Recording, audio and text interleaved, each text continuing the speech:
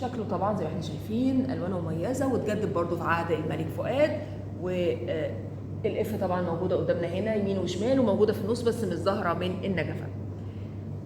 السجاده اللي قدامنا دي من القرن ال 18، يعني برضو سجاده قديمه، والمشهد اللي عليها هو مشهد لتتويج احد الاميرات من الاساطير الاوروبيه، مش الاساطير اليونانيه الرومانيه، ستايل بتاعهم اوروبي.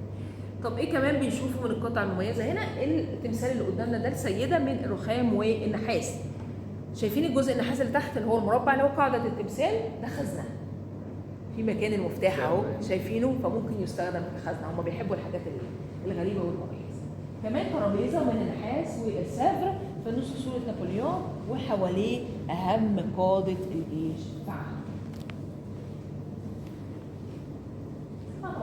البلكونه دي قبل كل المباني اللي اتبنت حوالين قصر عابدين كان بيقدر يشوف من هنا النيل وكوبري قصر النيل.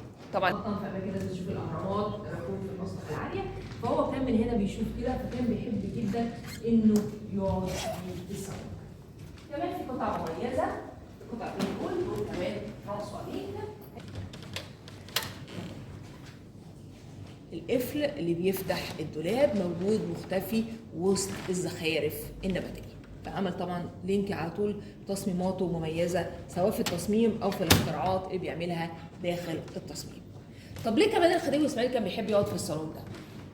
زي ما قلنا بيحب المكان ده وبيحب البلكونه، وهو النقطه الفاصله بين السلاملك وبين الحرملك.